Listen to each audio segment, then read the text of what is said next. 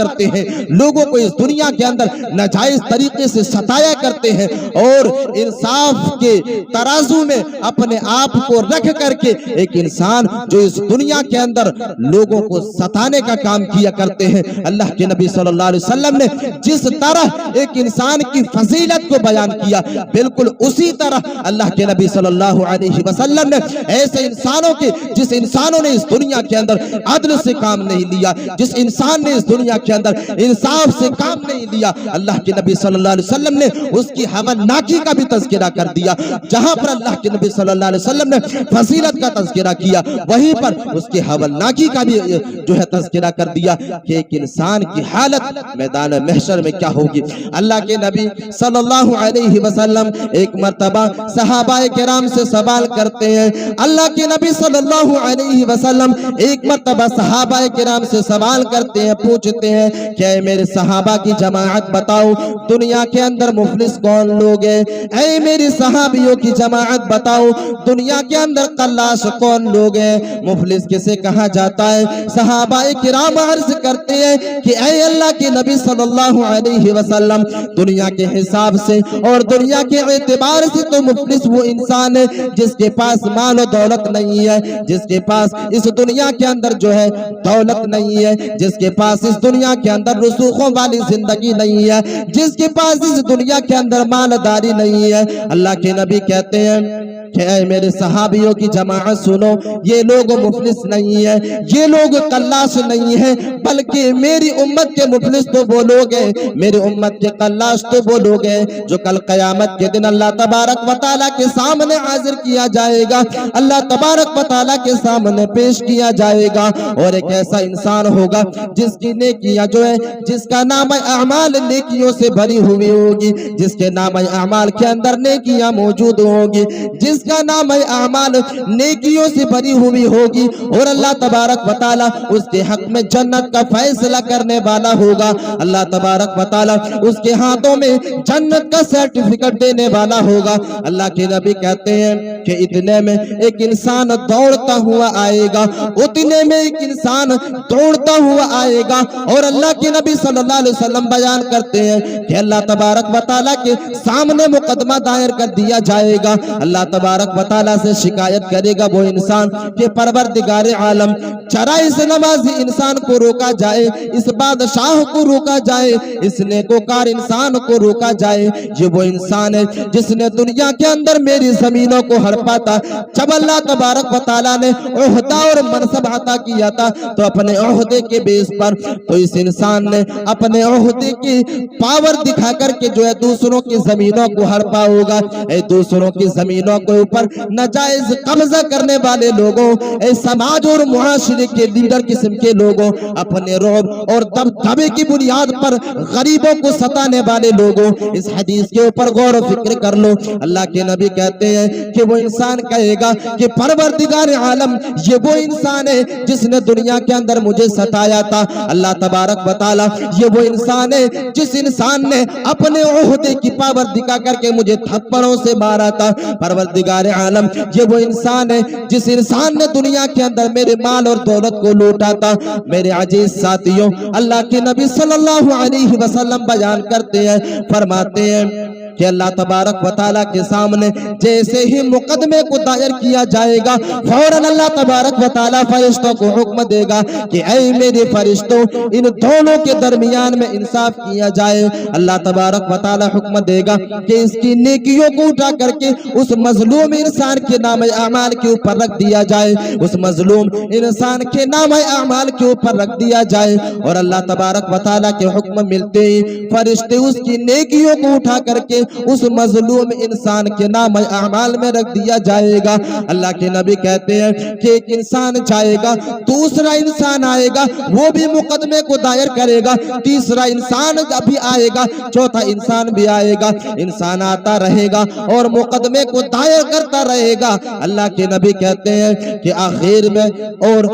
میں ایسا وقت بھی آئے گا کہ اس کے نام اعمال سے نیکیاں ختم ہو چکی ہوگی, اس کے نام اعمال سے نیکیاں ختم ہو چکی ہوگی اور نتیجہ یہ ہوگا کہ اب اللہ تبارک و تعالی انصاف کرنا شروع کرے گا کہ مظلوم جن کو اس انسان نے دنیا کے اندر ستایا ہے اس کے گناہوں کو اٹھا کر کے اس نیکوکار انسان کے نام اعمال کے اوپر رکھ دیا جائے۔ اللہ کے نبی کہتے ہیں، اللہ کے نبی صلی اللہ علیہ وسلم فرماتے ہیں کہ آخر میں فیصلہ یہ ہوگا کہ اس انسان کو جہنم کے اندر منہ کے بل گھسیٹتے ہوئے پھینکنے کا حکم دے دے گا۔ اللہ تبارک و تعالی ایسے انسانوں کے ہاتھوں میں جہنم کا سرٹیفکیٹ تما دے گا۔ میرے عزیز ساتھیوں، اس حدیث کے اوپر غور و فکر کرنے کی کوشش کریں۔ اے سماج اور معاشرے کے اندر غریبوں کو ستانے والے لوگوں، اے سماج اور معاشرے کے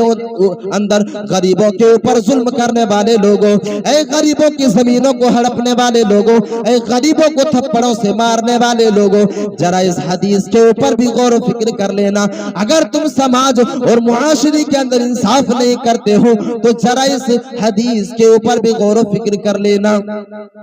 ذرا اس حدیث کے اوپر بھی غور و فکر کر لینا۔ اگر آج ہم نے ناانصافی سے کام لیا اور اپنے عہدے اور منصب کی بیس پر اگر ہم نے کسی کو ستایا تو یاد رکھنا وہ مظلوم اس دنیا کے اندر مظلوم ہے، لیکن جب کل قیامت کے دن اللہ تبارک و تعالیٰ کا وہ عدل اور وہ عدالت لگے گی، جب یہی مظلوم مقدمہ دائر کریں گے، اس وقت ایک انسان کے عہدے کا پتہ چلے گا اور اس انسان کی اوقات اور اس انسان کی حیثیت کا اندازہ ہوگا کہ ہم نے دنیا کے اندر کتنا بڑا ظلم کیا تھا اپنے نفس کے اوپر، اور ہم نے سماج اور معاشرے کے لوگوں کے اوپر کتنا بڑا ظلم کیا تھا، اپنے جسم کے اوپر، اپنے نفس کے اوپر کتنا بڑا ظلم کیا تھا۔ تو میرے عزیز ساتھیوں، یہ ناانصافی کرنے کی جو ہے اللہ کے نبی صلی اللہ علیہ وسلم نے حولناکی کو بیان کیا، اور اس بات کو اس حدیث کے اندر اللہ کے نبی صلی اللہ علیہ وسلم نے واضح کر دیا۔ میرے عزیز ساتھیوں،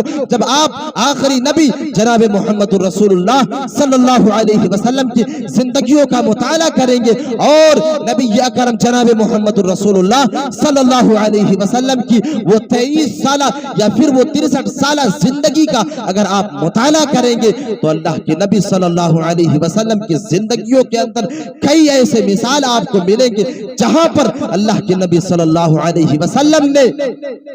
عدل اور انصاف کے پیمانے کو ہمیشہ ملحوظ رکھا اور ملحوظ خاطر رکھا، اور اللہ کے نبی صلی اللہ علیہ وسلم نے سماج اور معاشرے کے اندر انصاف کرنے کا کام کیا۔ میرے عزیز ساتھیوں، اللہ کے نبی صلی اللہ علیہ وسلم کے تعلق سے حضرت عائشہ صدیقہ رضی اللہ تعالی عنہ بیان کرتے ہیں، فرماتے ہیں کہ ایک مرتبہ قبیلہ بنو مخزوم کی ایک عورت نے چوری کر لی، قبیلہ بنو مخزوم کی ایک عورت نے چوری کر لی۔ اللہ کے نبی صلی اللہ علیہ وسلم کے سامنے اس مقدمے کو دائر کیا جاتا ہے، اللہ کے نبی صلی اللہ علیہ وسلم کے سامنے اس مقدمے کو پیش کیا جاتا ہے، اور اللہ کے نبی صلی اللہ علیہ وسلم سے کہا جاتا ہے کہ اللہ کے نبی یہ قبیلہ بنو مخزوم کی ایک عورت ہے جس نے چوری کر لی ہے اور چوری کرتے ہوئے پکڑی گئی ہے۔ اللہ کے نبی صلی اللہ علیہ وسلم قرآن کے مطابق فیصلہ کرنے کا حکم دے دیتے ہیں، اللہ کے نبی صلی اللہ علیہ وسلم قرآن کے قانون کے اوپر عمل کرنے کا حکم دے دیتے ہیں۔ میرے عزیز ساتھیوں، حضرت عائشہ صدیقہ رضی اللہ تعالی عنہ بیان کرتی ہیں کہ اس قبیلے کے لوگ یہ مشورہ کرتے ہیں، اس قبیلے کے لوگ یہ میٹنگ کرتے ہیں کہ یہ تو ایک اعلیٰ منصب والی عورت ہے، ایک بڑی خاندان کی عورت ہے، آج اگر اس کی ہاتھیں کٹ جاتی ہیں تو بڑی بدنامی ہوگی، سماج اور معاشرے کے اندر بڑی ذلت اور رسوائی ہو جائے گی۔ میرے عزیز ساتھیوں، قبیلہ بنو مخزوم کے سارے لوگ اللہ کے نبی صلی اللہ علیہ وسلم کے سامنے اسامہ بن زید کو بھیجتے ہیں۔ یہ وہ صحابی ہیں جو اللہ کے نبی صلی اللہ علیہ وسلم کے سب سے پیارے صحابی ہیں، اللہ کے نبی صلی اللہ علیہ وسلم کے بڑے قریبی ہیں۔ اسامہ بن زید آتے ہیں اور اللہ کے نبی صلی اللہ علیہ وسلم سے عرض کرتے ہیں کہ اے اللہ کے نبی، یہ تو ایک اعلیٰ خاندان کی عورت ہے، ایک بڑے خاندان کی عورت ہے، اے میرے نبی کہیں ایسا کر دیا جائے کہ یہ جرم جو اس نے کیا ہے اسے معاف کر دیا جائے۔ میرے عزیز ساتھیوں، اللہ کے نبی صلی اللہ علیہ وسلم فوراً منبر کے اوپر چڑھ کر جاتے ہیں اور اللہ کے نبی صلی اللہ علیہ وسلم بیان کرتے ہیں کہ اے اسامہ تم ایک ایسی بات کی حکم دے رہے ہو, تم ایک ایسے فیصلہ کرنے کا حکم دے, ایسا فیصلہ کرنے کا حکم دے رہے ہو کہ شاید میں وہ فیصلہ نہیں کر سکتا, اور تم ایسے فیصلہ کرنے کا حکم دے رہے ہو جو ہم سے پہلے قومیں اس دنیا کے اندر کیا کرتے تھے, اور وہ لوگ بھی اسی طرح کیا کرتے تھے. جب ان میں سے کوئی بڑے خاندان والے انسان ظلم کیا کرتے تھے, جب اس کے ظلم ظاہر ہو جاتے تھے تو لوگوں سے معاف کر دیا کرتے تھے, لیکن جب ایک غریب کا ظلم ظاہر ہو جاتا تھا تو اسے سزا کا حقدار مان لیا کرتے تھے اور اسے سزا دے دیا کرتے تھے. اے اسامہ تم جو اللہ تبارک و تعالیٰ کے حد کو توڑنے کے بارے میں فیصلہ دے رہے ہو, اے اسامہ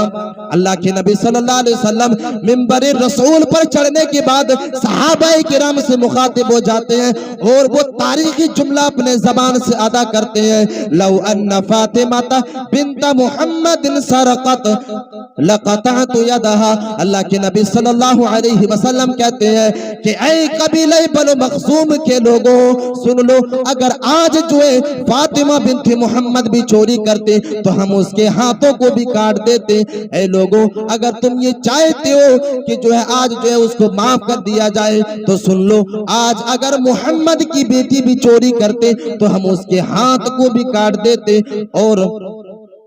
ہم ان کے ہاتھ کو بھی کاٹ دیتے. میرے عزیز ساتھیوں, یہ آخری نبی جناب محمد رسول اللہ صلی اللہ علیہ وسلم کا انصاف ہے. اللہ کے نبی صلی اللہ علیہ وسلم اس طرح سماج اور معاشرے کے اندر عدل کیا کرتے تھے. میرے عزیز ساتھیوں, اسی مناسبت سے میں اور ایک حدیث کو آپ کے سامنے بیان کر دوں. اسی مناسبت سے میں ایک حدیث آپ کے سامنے بیان کر دوں. میرے ہاتھوں میں جو ہے چٹکے کو پکڑا دیا گیا ہے, شاید میرا وقت جو ہے وہ ختم ہو چکا ہے.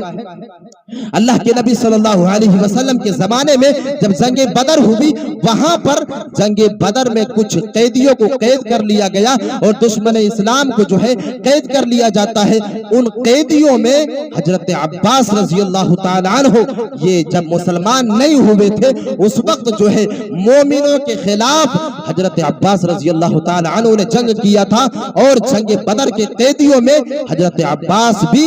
شامل تھے. اللہ کے نبی صلی اللہ علیہ وسلم جب ان قیدیوں کو قید کر کے لاتے ہیں, صحابہ کرام تمام کے تمام قیدیوں کو جو ہے جنجیروں میں جکڑ دیتے ہیں, تمام کے تمام جو ہے قیدیوں کو جنجیروں میں جکڑ دیتے ہیں.